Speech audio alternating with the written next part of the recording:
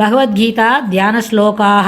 நமோஸ்துதே வியாசவிசாலபுத்தே புல்லாரவிந்தாயத பத்ரநேத்ர ஏன த்வயா பாரததைலபூர்ணः பிரஜ்வாலிதோ ஞானமயப்பிரதீபः பிரபன்னபாரிஜாதாய தோத்ரவேத்ரைகபாணயே ஞானமுத்ராய கிருஷ்ணாய கீதாமிருததுஹே நமः.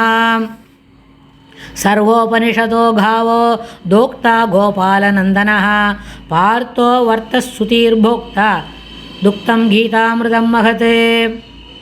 वसुदेवसुदं देवं कंसचाणूरमर्दनं देवकी परमानन्दं कृष्णं वन्दे जगद्गुरुं. मया तदमिदं सर्वं जगदव्यक्तमूर्तिना मत्स्थानि सर्वभूतानि न चाहं तेष्वस्थितः. मया ततमिदं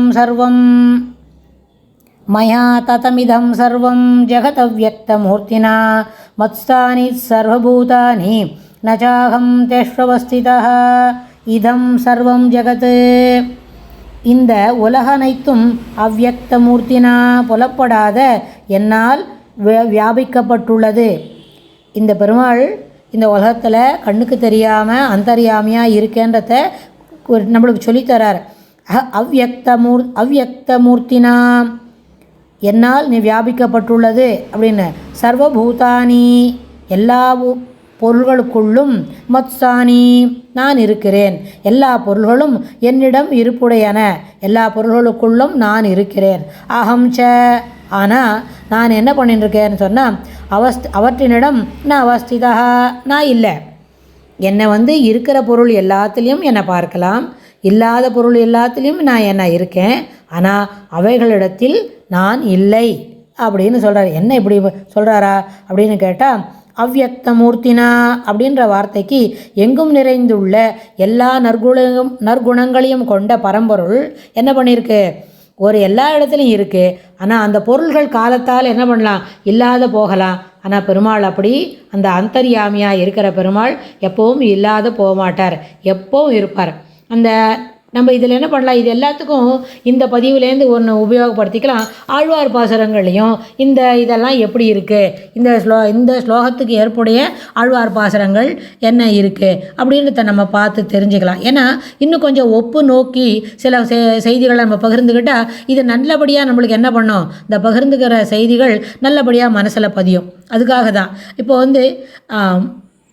அயர்வரும் அமரர்கள் அதிபதி எவன் துயரழு சுடரடி தொழுது எழு என் மனனே அப்படின்ற அந்த பாசுரத்தில் எங்கேயும் இருக்கார் இல்லையா. அங்கேயே பெருமாள் இன்னொன்று சொல்கிறார். நம்மாழ்வார் பாசுரத்திலே கரந்தசில் இடந்தோறும் இடந்திகள் பொருள்தோறும் பறந்து எங்கும் நிறைந்துடன். அது நம்மாழ்வார் கண்ணுக்கு அப்படி தெரிகிறார். எல்லா சின்ன சின்ன பொருள்களே இருந்தோம், பெரிய பொருளில் இருந்தோம், எங்கேயும் நிரம்பி வழிஞ்சுட்டு இருக்கார். எப்படிப்பா அப்படின்னு கேட்டால், ஒரு சின்ன உதாரணம். நம்ம இப்போ இங்கேருந்து பெருமாளை சேவிக்கிறதுக்கு ஸ்ரீரங்கத்துக்கு போனோம்.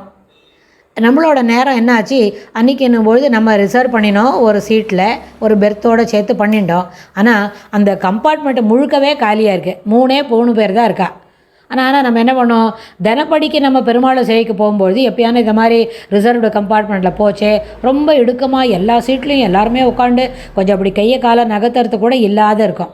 ஆனால் இன்றைக்கி அதிருஷ்டவசாத்து எப்படி இருக்கு, கம்பார்ட்மெண்ட்லேயே காலி இருக்குது. மொத்தமே 3 பேர் தான் நம்ம ட்ராவல் பண்ணுறோம் திருச்சி ஜங்ஷன் வரைக்கும் போகிறதுக்கு. ஸ்ரீரங்கத்தில் இறங்கிறதுக்கு ஒன்லி 3 டிக்கெட்ஸ் ஆர் தேர், பாக்கி எல்லாம் காலி. அதனால் நம்ம என்ன பண்ணுவோம், ஒத்தரே ஓடி போய் மத்தியானம் ஒரு மணி நேரம் ஒரு சீட்டில் ஒரு பெர்த்தில் படுத்துனுட்டு நல்லா கையை காலை வீசி ஆட்டிக்கிண்டு அப்படிலாம் படுத்துக்க முடியுமா? ஒரு வேளை கொஞ்ச நாள் தூக்கம் வர வரைக்கும் அப்படி ஒரு சீட்டுக்காக போய் பார்ப்போமோன்மா. ஆனால் இந்த ஜீவன் என்ன பண்ணுறது, நமக்குள்ளே இருக்கிற அந்தர்யாமி இருக்கார், பெருமாள் இருக்கார். நம்ம உடம்புக்குள்ளேயும் உயிர் இருக்கே, அந்த உயிருக்கும் அந்தர்யாமி பெருமாள்னு சொன்னால் அது மாதிரி கையை வீசிக்கிண்டு அங்கே போய் அப்படியே நினைப்பாரான். அதுலேயே ரொம்ப சௌரியமாக படுத்து போகிறான்.